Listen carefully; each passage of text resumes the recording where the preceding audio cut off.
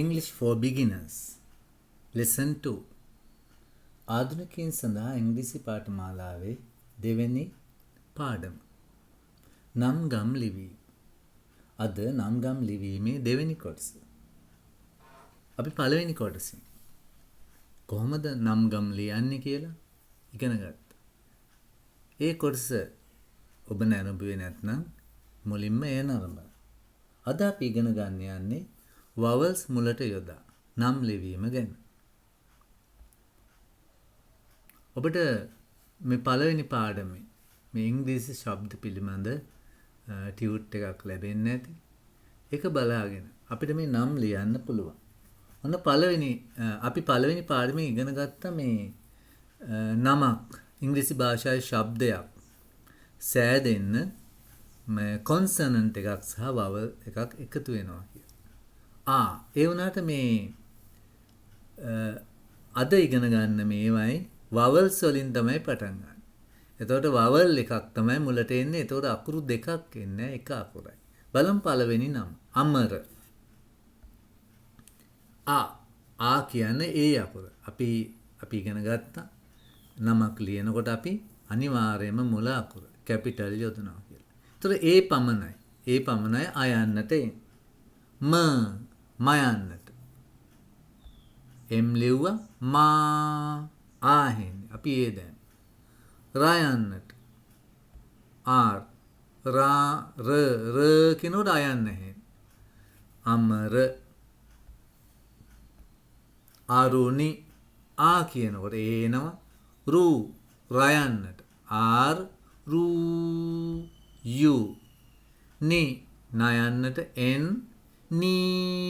ඊ ඇහෙන්නේ. අයි යොදන. අරුණි.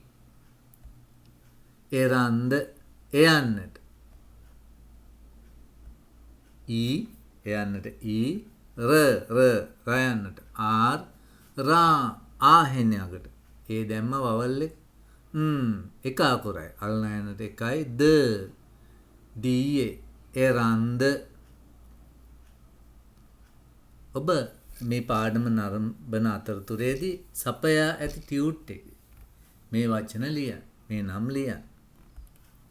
ඉසුරු අයි සයන්නට එස් ලිව්වා ඌ ඇහෙන්නේ යු.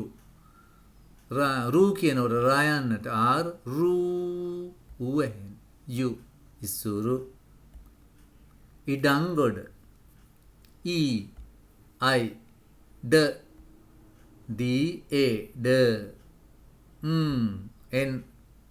ගෝ ගයන්නට ගෝ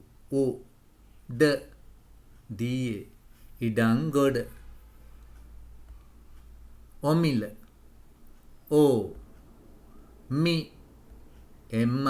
ඔමිල Omila. Upali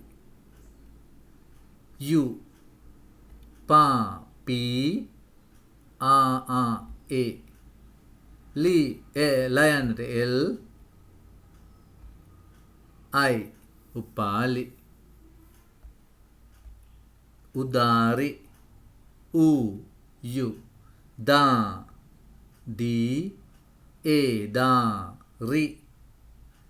රයන්නට Udari. Okay, homework. You can write the homework. Amandi, Asiri, Eranga, Isurika, Omalpe, Urapol. මේවා දැන් ඔබට ලියන්න පුළුවන්ද කියලා බලන්න.